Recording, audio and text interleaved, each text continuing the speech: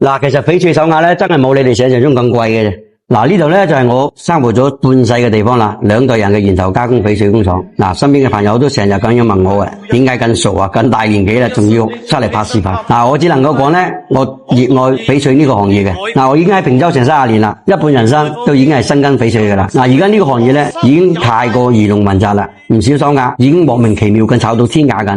呢個就係我一路以嚟都唔理解嘅。嗱，至於點解要拍短視頻咧，係因為我外甥教識咗我用互聯網，要跟上時代。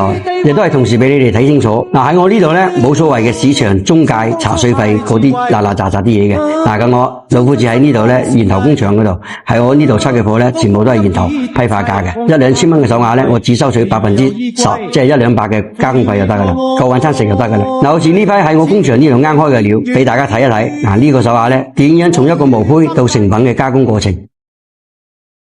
嗱，依家啲成品就已經出咗嚟啦，你睇下。嗱，呢度咁多款，有冇一款係你心目中嘅夢中情鐲咧？如果中意嘅話咧，睇啱同我單翻先就得啦，我嚟同你哋安排。